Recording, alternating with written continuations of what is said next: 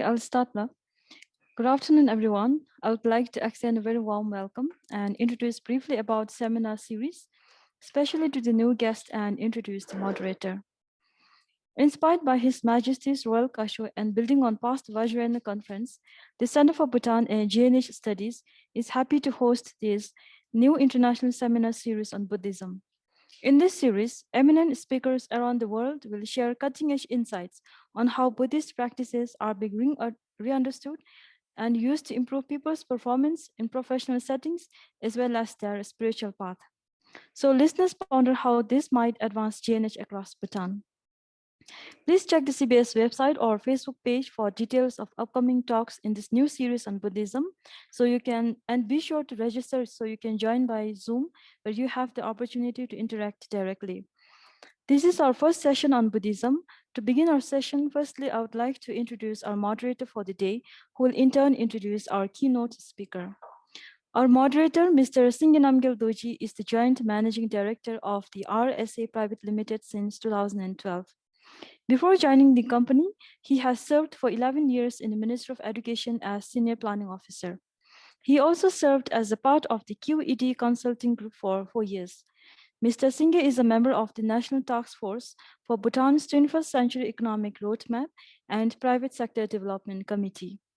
Mr. Singh holds a master's degree in Professional Studies, International Development from the Cornell University in New York and a Bachelor of Arts in Geography from the Kirori College, University of Delhi. Over to you, Singh, sir.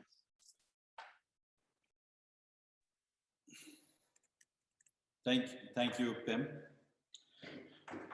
Good afternoon and good morning to those of you joining from Europe. Welcome to Zichinkar Virtual Seminar Initiative on Buddhism, organized by the Center of Bhutan and GNH Studies.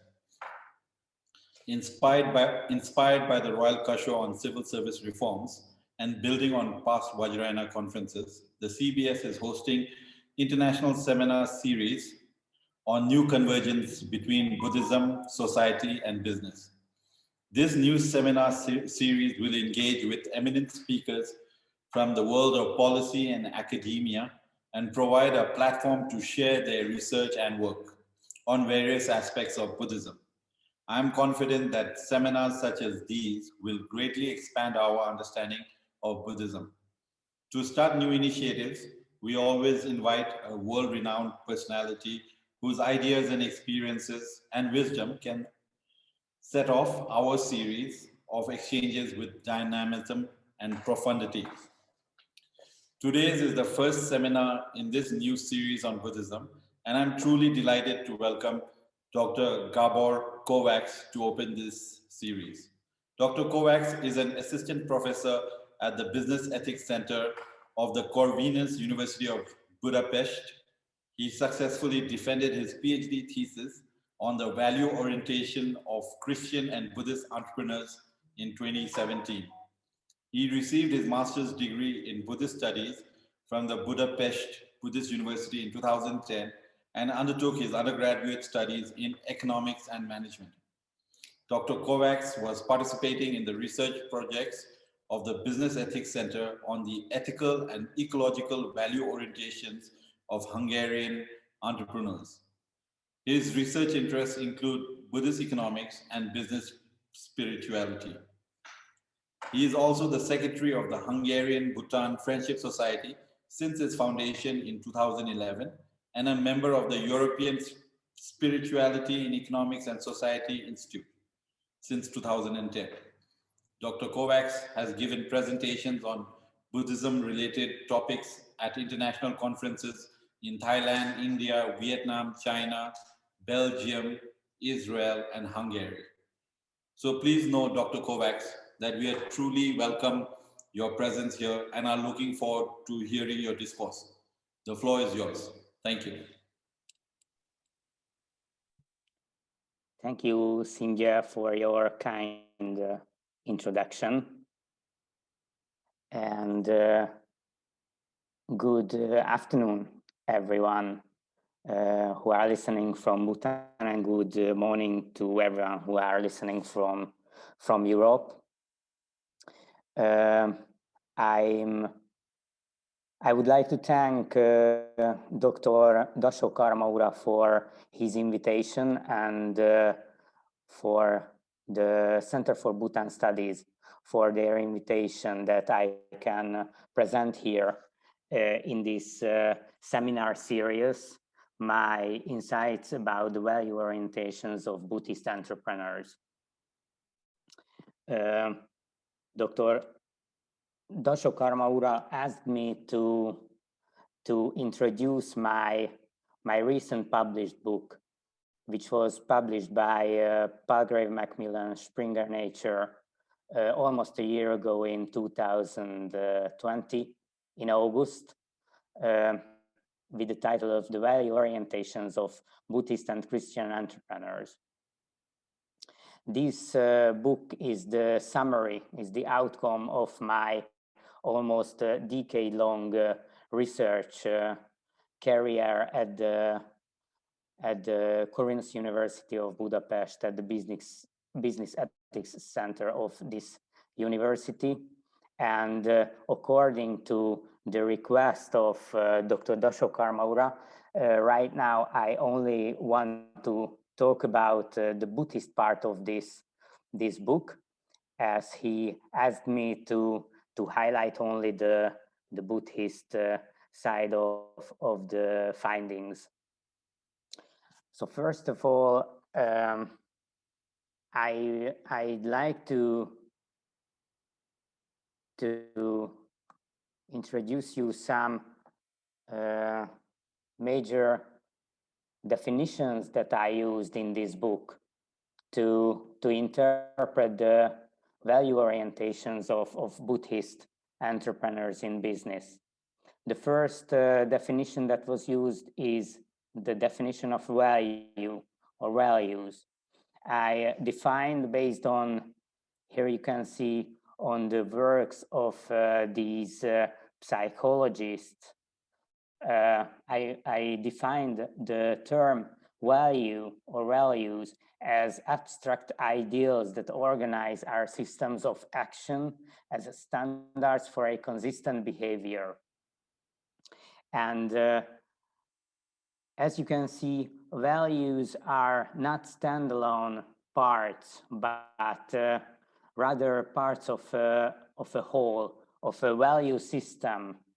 An adult has around a dozen or maximum 15 values that can guide their behavior. And in this sense, the value orientation describes a process by which this value system is operating. So the value orientation is the working model of the value system, these dozens or 15 values, which determine human behavior according to the works of these psychologists.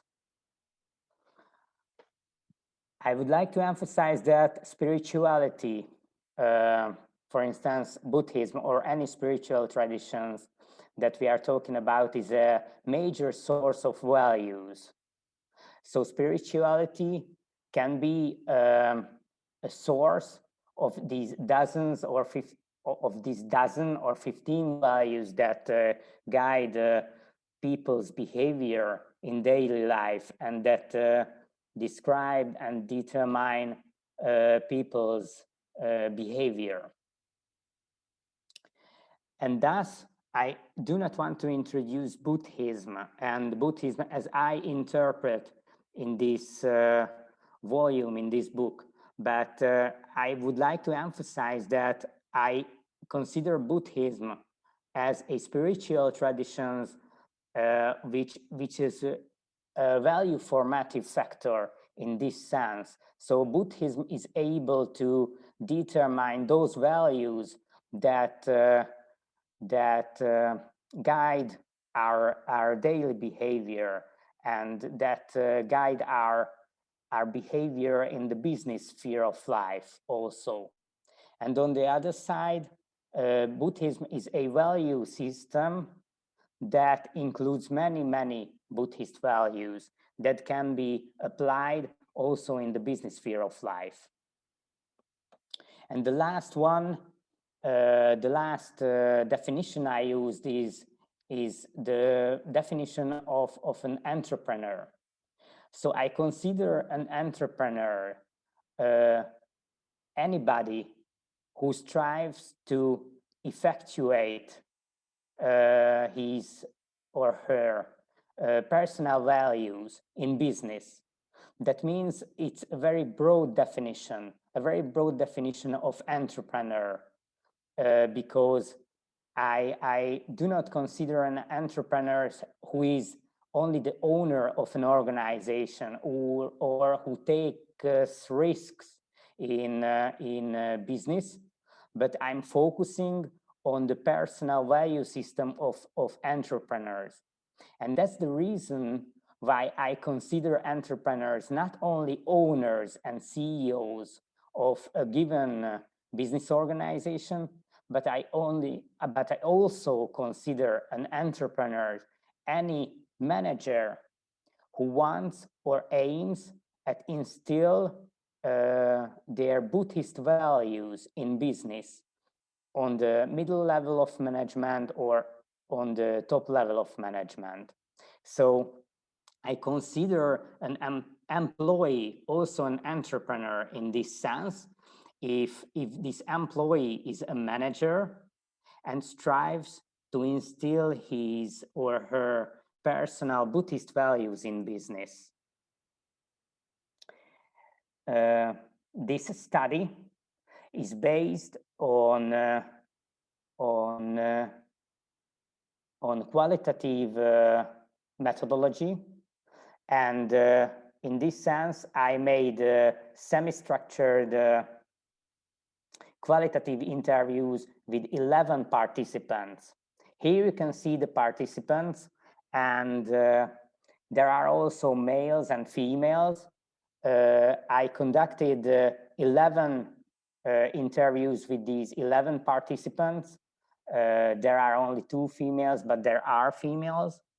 And here in the second column, you can see that the majority of the participants are entrepreneurs in the strict sense, but there are also employees who work for a bigger organization or a bigger firm as managers or top managers, and who can instill their personal Buddhist values on the field of business in their organizations. I would like to emphasize also that considering the number of employees and the annual income of these organizations, we can say that the participants' organizations are basically micro organizations or small or medium enterprises. And here in the last column, you can see the orientation or the lineage of Buddhism to which these participants are belonging. I would like to show you now the 12 Buddhist values that were applied in this research. These are those values that can be found by a literature review that was conducted on the field of Buddhist economics. So Buddhist economics is an alternative approach of economics that was established back in the early 1970s. And since then, this scholarship has evolved to an interdisciplinary field of inquiry.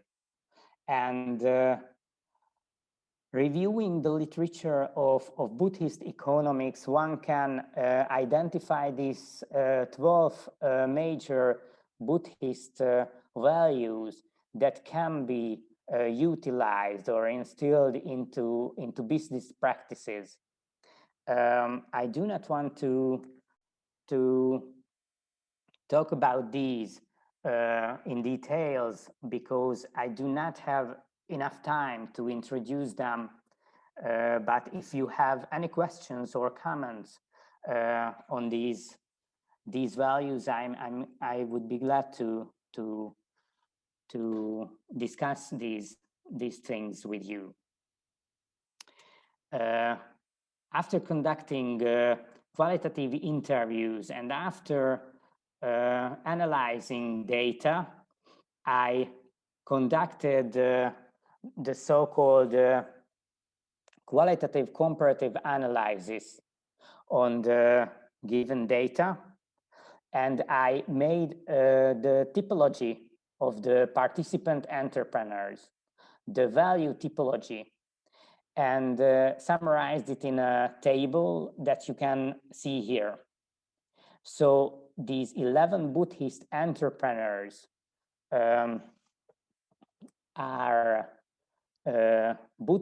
can be considered Buddhist entrepreneurs because they instill the following Buddhist values in business, but they do not effectuate all of these values, but some of them effectuate part of these values, and others effectuate another set of these values. Here, for example, you can see B number 4, so the fourth participant of this research is effectuating compassion, wisdom, responsibility, and mindfulness in business. That is highlighted with number 1 in this table.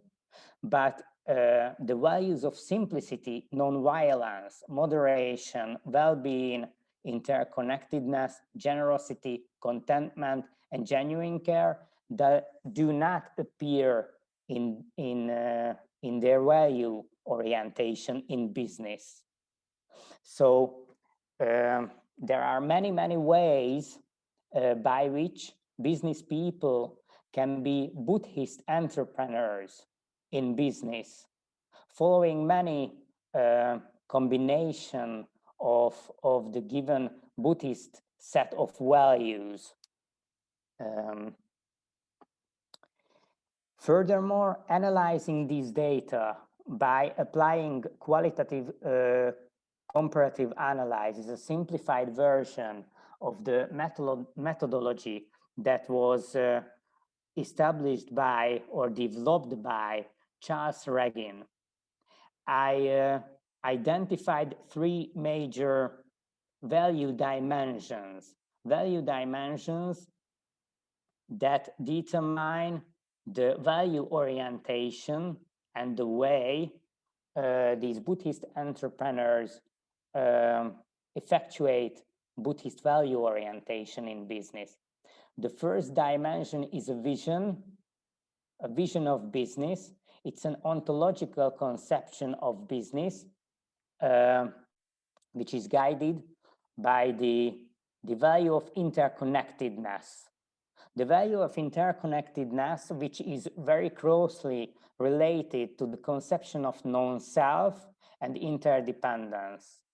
Interconnectedness and interdependence is the Mahayana interpretation of the original non-self doctrine, or the conception of non-self in Theravada Buddhism or in Hinayana Buddhism. The second value dimension corresponds to the procedural dimension of business and can be described by 2 core values. 2 core values that are irreducible, but implying other values. One of them is moderation. According to the methodology of qualitative comparative analysis, moderation implies the values of simplicity, generosity, and contentment and in itself. On the other hand, mindfulness implies wisdom and non-violence in itself. And this is the dimension that corresponds to the procedural way to the way of executing business practices by Buddhist entrepreneurs. And the last dimension is the other directedness of business that is described by the core value of compassion, that's caring for others. And compassion implies the values of genuine care, well-being, and responsibility. This table means that these four core Buddhist values are able to describe the value orientations of any Buddhist entrepreneurs who were participated in this research project. I would like to go further to some other theoretical findings and then to some practical implications and findings. But now I would like to talk about spirituality, the relationship of spirituality and materialism in business. So, first of all, materialism is the mainstream value orientation or the prevailing value orientation of mainstream business, with its own values like profit, the maximization of profit, the generation of wealth, welfare, and so on and so forth. So these are all material values that are described by material business. And spiritual value orientation is the opposite of material value orientation. And thus we arrive to a question whether or not spirituality and materialism is in tension in the case of Buddhist entrepreneurs or not on the field of business. And to answer these questions, we can talk about two categories of Buddhist entrepreneurs. The first one is beyond profit entrepreneurs. Buddhist entrepreneurs who consider profit is an important value in business. They approach the sphere of business purely from a Buddhist point. Their aim is only to effectuate their personal Buddhist values, those values that were described formerly in business. And profit is the direct consequence in their case of their personal value orientation, their personal Buddhist value orientation in business. So profit is only a consequence in their approach, not an aim itself. And there are another category of Buddhist entrepreneurs who are designated by me as moderately materialistic entrepreneurs. These participants are those who are aware that profit is important. Profit is important factor to stay in business, but it's not the only, not at all the only aim of business. Profit is only a minor goal of business and only a goal of a broader set of aims of business. And these aims include, for example, the happiness or the well-being of employees, or the trust towards other stakeholders, and so on and so forth. So profit is not at all the main goal of these participants, Buddhist entrepreneurs. Right now, I'd like to talk a bit about the practical side of the findings. So spiritual value orientation is the basis of genuine ethical behavior in business. That means it can be, so following Buddhist values in business can contribute to make genuine ethical commitment and to do genuine ethical behavior in business based on following some Buddhist values in business. On the other hand, the spiritual value orientation in business, according to the perception of the participant entrepreneurs, is not a burden in business, but rather a competitive advantage for them. So these participants who participated in this research confessed that the fact that they are Buddhist in business, the fact that they follow Buddhist values and effectuate Buddhist values in business is not a burden, something which burdens business, but rather a advantage for them, something which goes to which leads to goals that cannot be followed by mainstream business. And the participants emphasized that their Buddhist value orientation not only a competitive advantage for them, but the meditation practice, the mindfulness practice, or the vipassana practice that they practice enhances creativity. I will show you an example, a good example of enhancing creativity and how the Buddhist practice contributes to introduce creative business solutions on the field of business.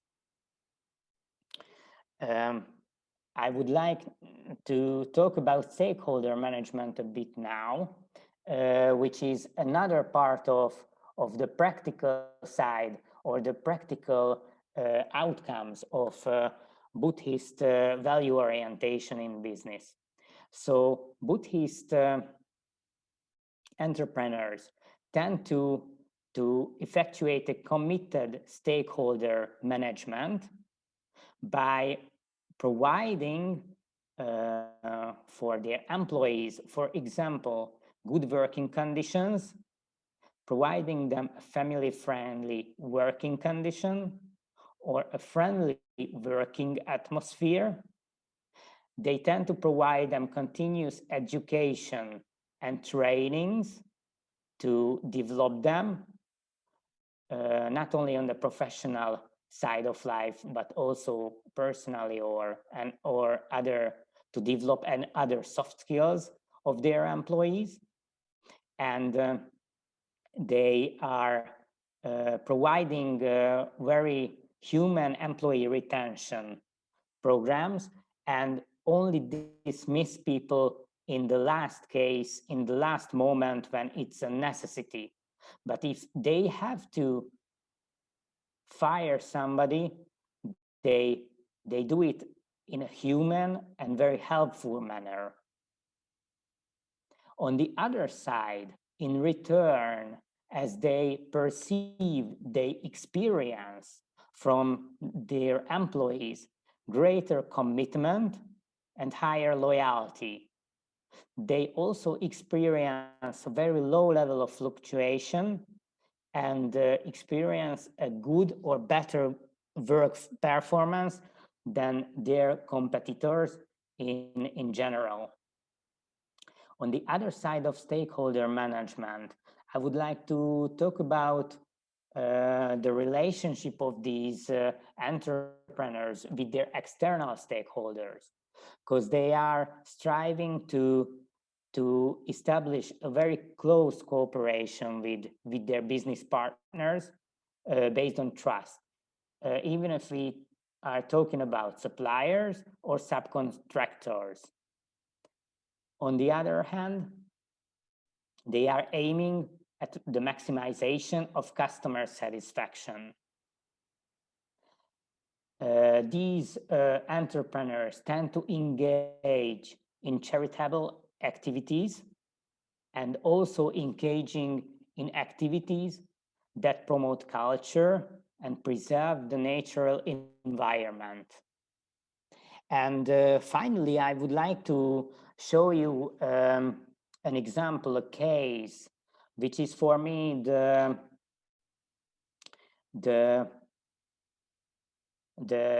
crucial or the most important case out of these 11 cases.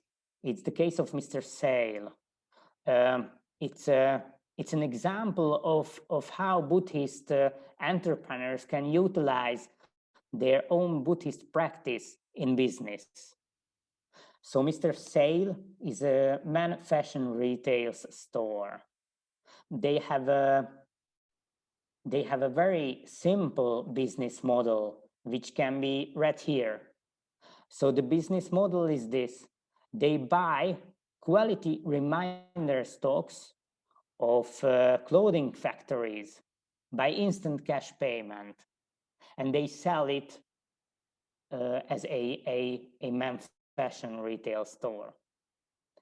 I'd like to introduce you a bit this organization, which was founded in 2001 by a Buddhist practitioner. Right now, they have a number of employees around 30, exactly 32. And they have an annual income which is around 2 million euros or 2 million US dollars annually. And the owner is the founder of this organization, and he is a Buddhist practitioner.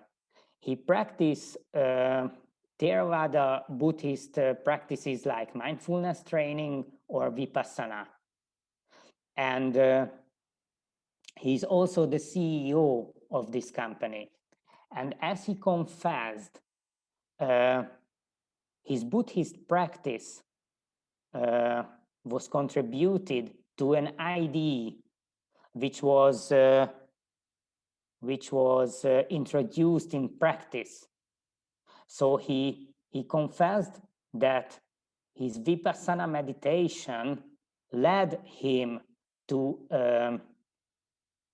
an insight that he wanted to introduce an unconditional and lifelong guarantee for all of his products, for all of the products he sells to his consumers. And this decision, as I mentioned, it was inspired, or this idea, this business solution was inspired by his meditation practice. It was the outcome of his meditation practice. And if one thinks about this, so what does unconditional lifelong guarantee means, then we can conclude that this idea is very irrational. It's very irrational if we are approaching this idea from a purely business approach or business-oriented approach. And that's the reason why the introduction of this idea was questioned by not only the employees of this organization, but also the management of this organization. It was introduced in the late 2003. So there are right now long-time evidences that this idea pays off. So it is worth not only in the economic sense, but also this lifelong guarantee initiative generates enormous trust towards the customers of the organization, the customers of the shop.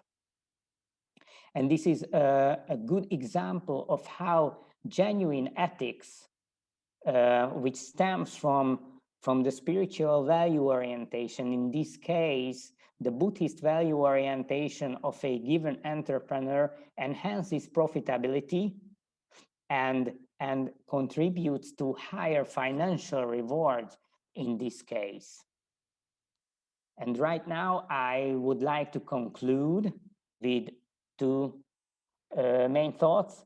That first is that there is no conflict of interest between materialism and spirituality. In our case, the Buddhist value orientation in the field of business, in the case of Buddhist entrepreneurs. And the other is that this spiritual value orientation can contribute to embed business into a more genuine moral framework. So I would like to thank you for your attention, and I'm open for your questions and for your comments. And I would like to thank you again for this opportunity that I can be part of this seminar series of the Center for Bhutan Studies.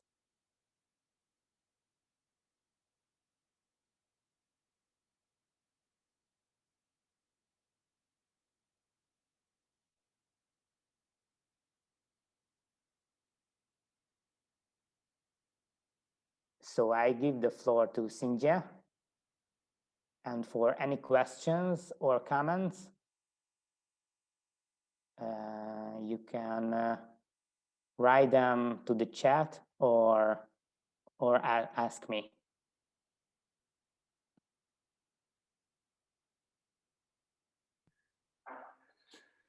Thank you, Dr. Kovács. I hope everyone enjoyed this amazing presentation.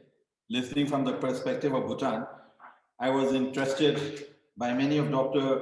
Kovács' insights, especially the one on irrational solutions. I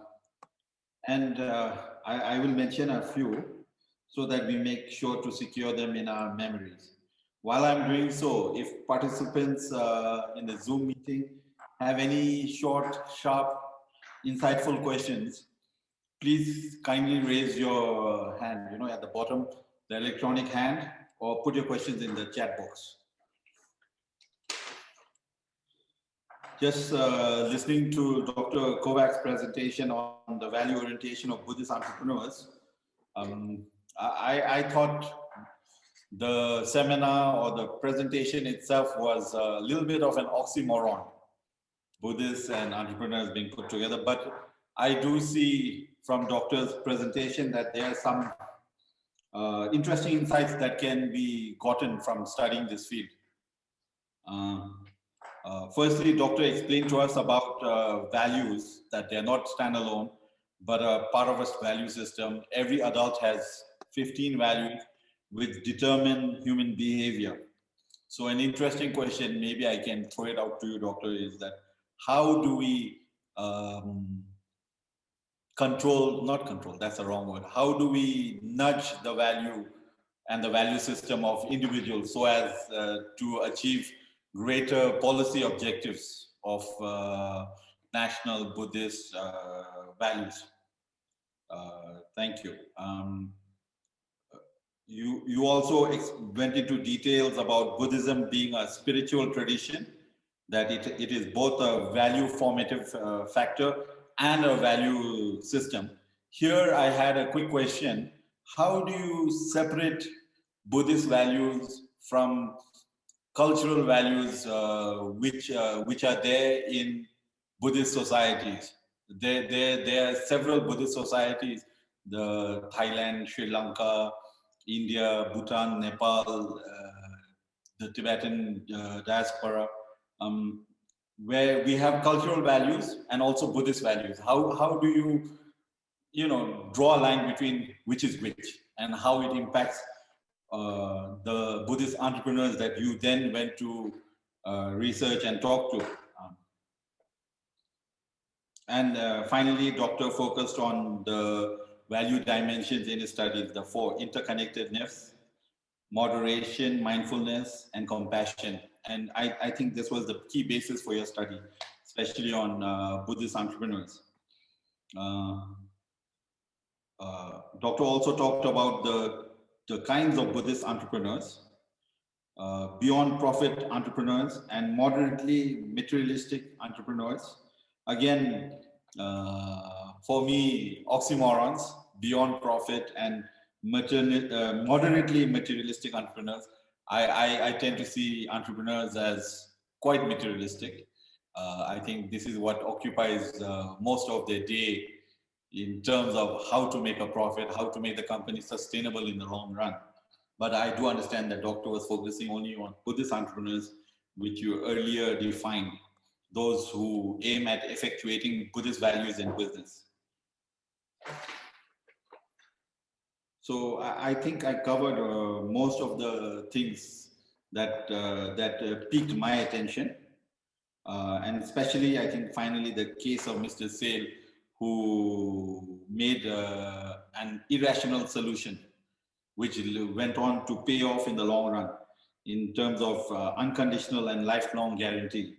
So if you could share the brand name of this company, then probably we can shop from here so that we can take them up on their guarantees. Having said that, I'm delighted to now open the floor for further exchanges. Of course, I've already taken the first privilege and presented some questions to Dr. Kovács. If you could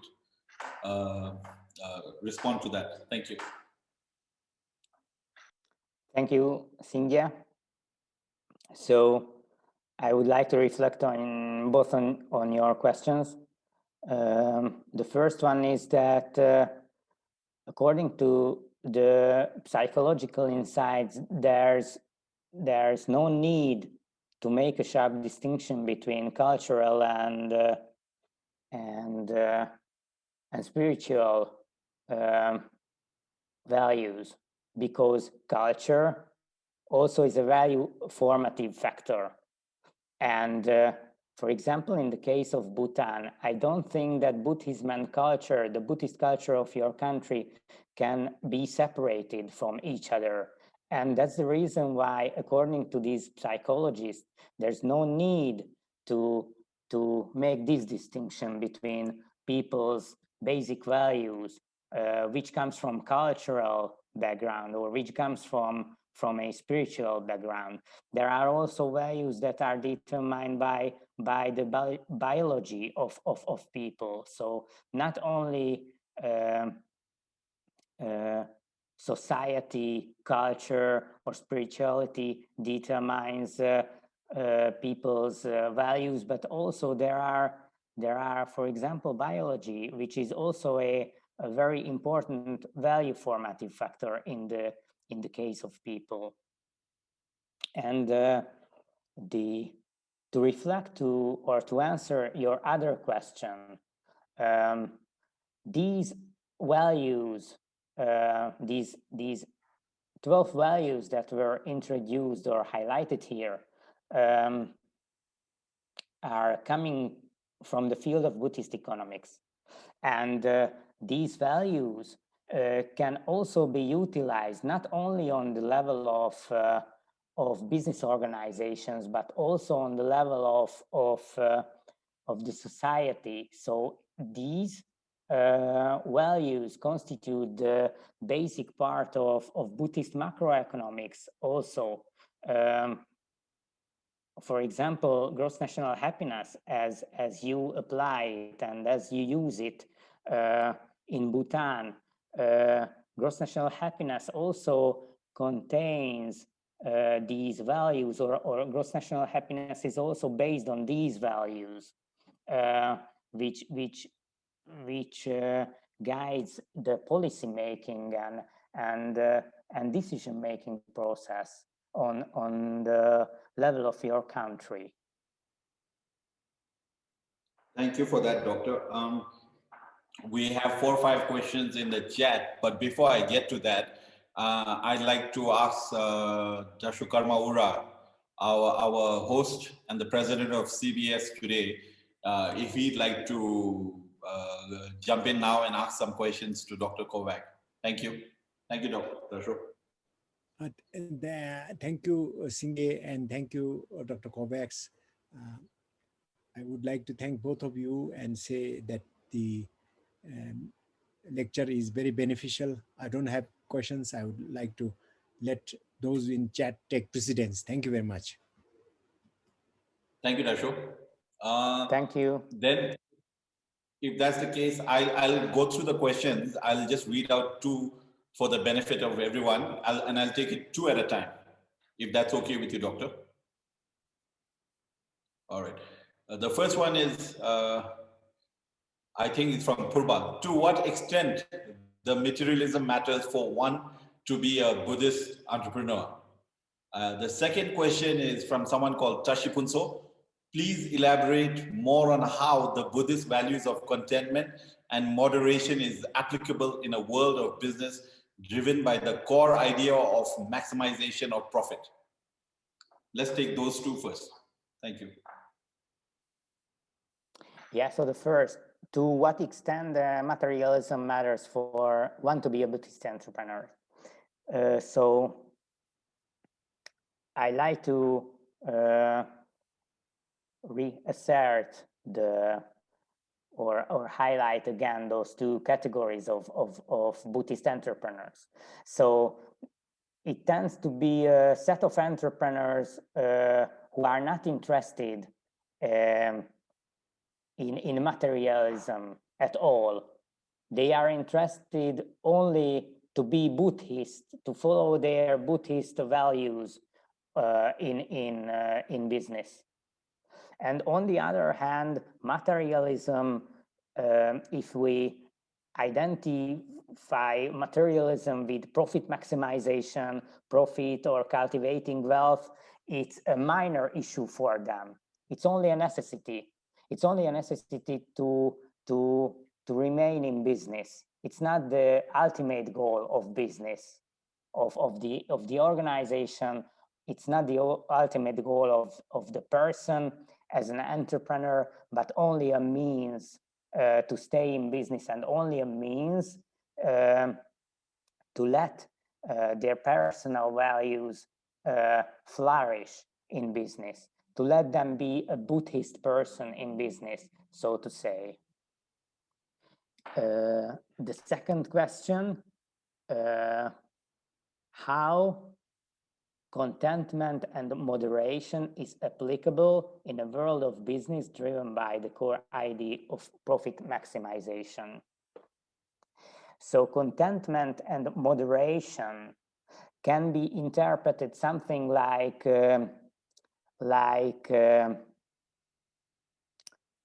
frugality or simplicity or choosing poverty.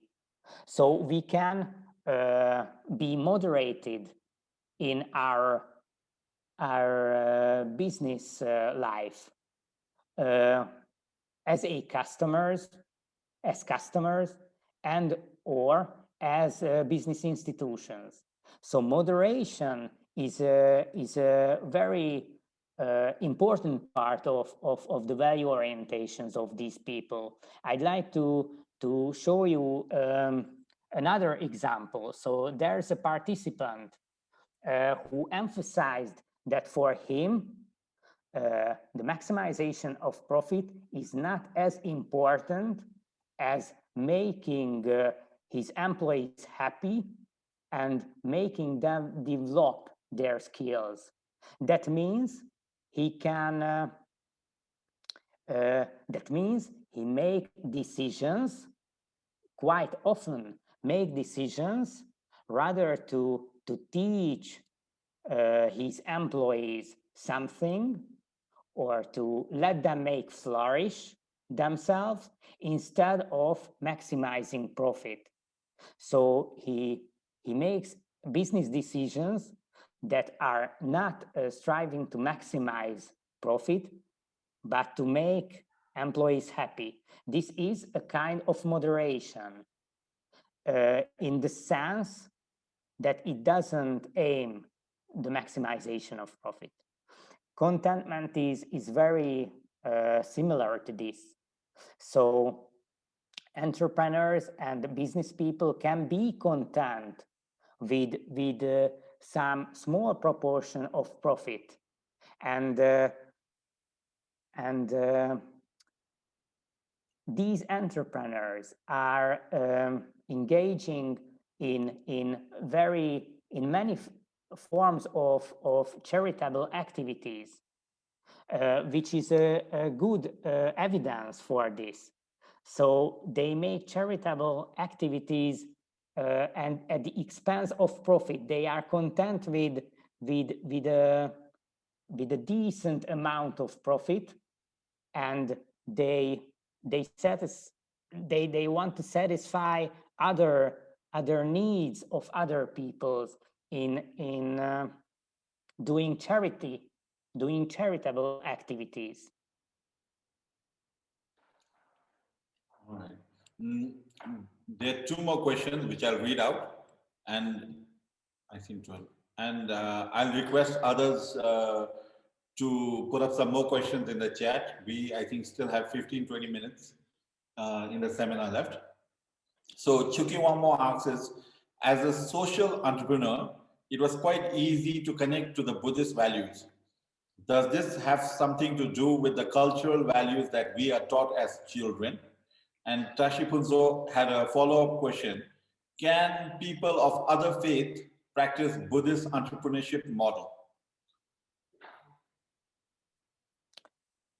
I think I have already answered the first question, the question of Choki Wangmo, as yes. Cultural values we are taught as children are a major part in shaping our value systems, and these cultural values entails also Buddhism in the case of, for example, Bhutan, or in the case of Buddhist people all around the world. The second question, can people of other faith practice Buddhist entrepreneurship model, or can people of other faith practice Buddhist economics? And the answer is yes, because Buddhist economics, very similar to Buddhism in general, is not an economic system, but is a problem-solving strategy. So Buddhist economics can be practiced by anyone who follows these or similar values in business. As Prayut Payutto in his famous book mentioned, one need not to be a Buddhist, or one need not to be an economist to practice Buddhist economics. And this is also true for management. One need not to be a Buddhist to be a Buddhist entrepreneur. There are people also in this set of participants. There were two people who consider themselves non-religious Buddhist practitioners. Non-religious Buddhist practitioners. That means they do not belong to any Buddhist lineages. They are only practicing Buddhist meditation practices, various Buddhist meditation practices, and they get insights from these practices that can be utilized, that can be applied in business. So I think part of this answer is also found here. So not all people say about themselves explicitly that they are Buddhists. They behave like Buddhists, And there are many people all around the world who are explicitly not Buddhist because they do not follow Buddhism. They do not practice Buddhism, but they behave like Buddhists. And this is my answer. So Buddhist entrepreneurship can be practiced by anyone who follows these values or who follows similar values that can be found in other spiritual traditions, for example, in Christianity. And my book is about this, the value orientations of the similarity of the value orientations of Christian and Buddhist entrepreneurs, and the differences of these value orientations, and the end result. So the findings shows that the end result is that either we talk about Buddhism or talk about Christianity, Buddhist and Christian entrepreneurs are highly genuine entrepreneurs and make business in a very genuine way. I just wanted to add on the last question. Instead of talking about people of other faith practicing Buddhist entrepreneurship model, I wanted to touch on, Bhutanese Buddhists.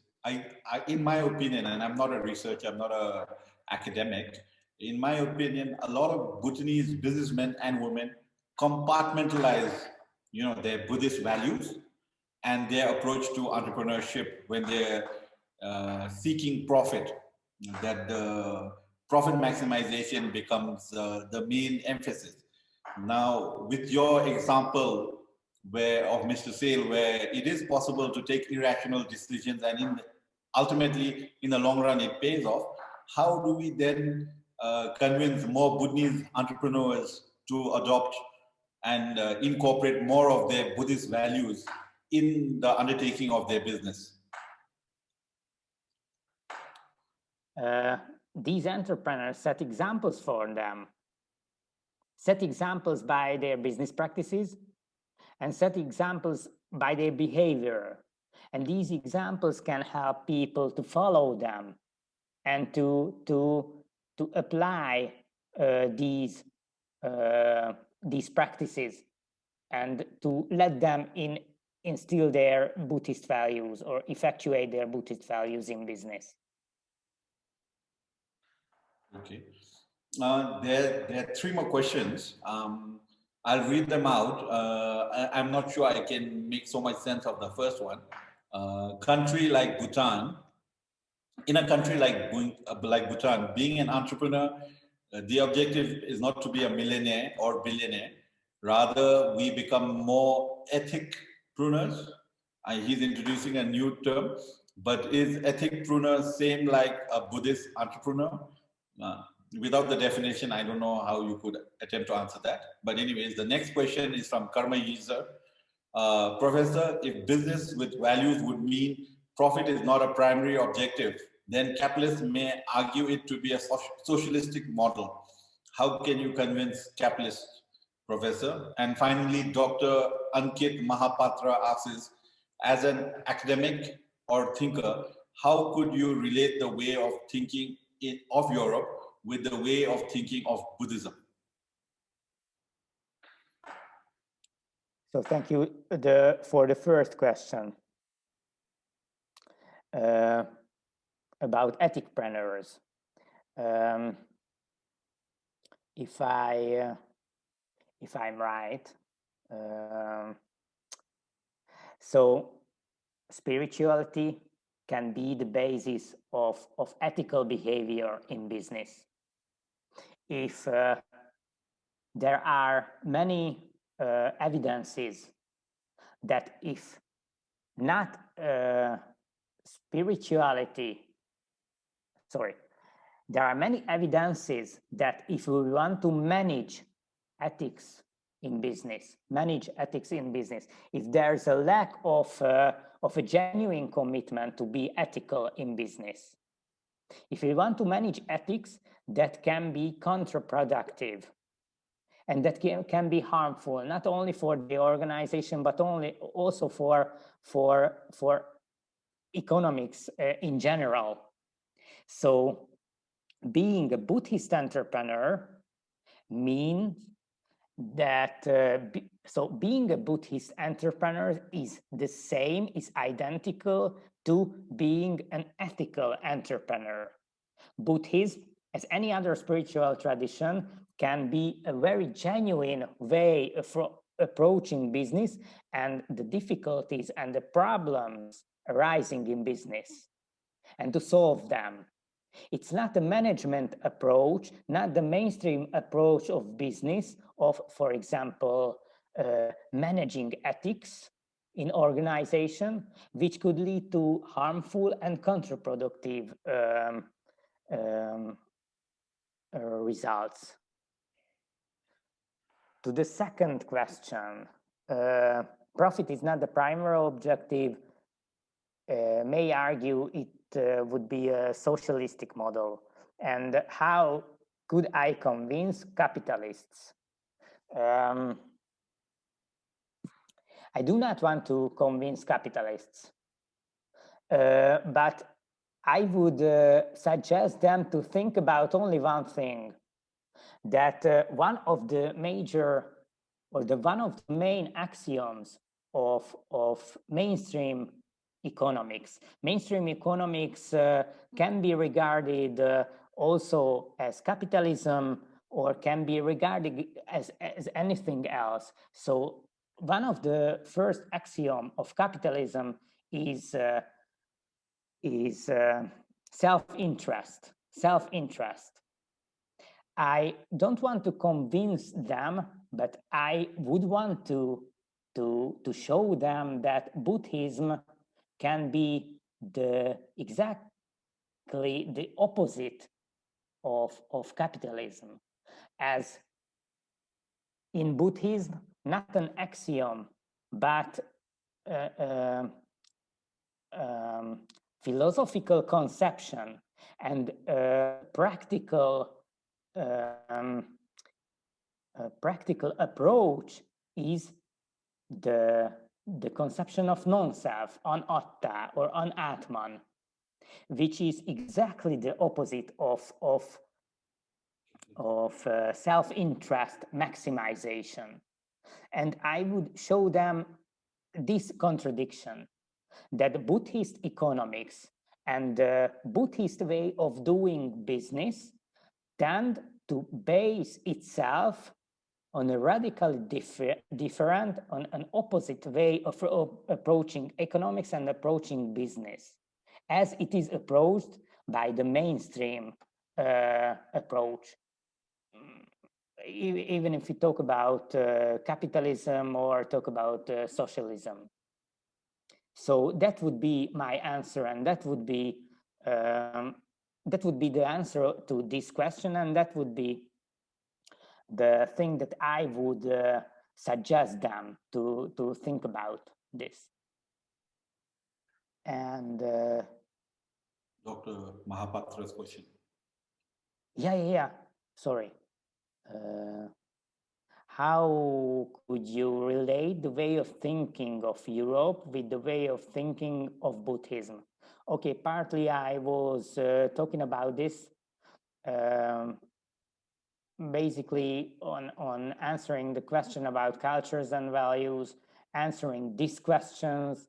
So the way of thinking in Europe is very personalist, so to say, personalist, human-centered. And the way of thinking of Buddhism is rather a communitarian, which is based on the conception of non-self. That would be my answer to Dr. Mahapatra's question. So I would relate to these two kind of approaches, the European approach and the Buddhist approach in this way.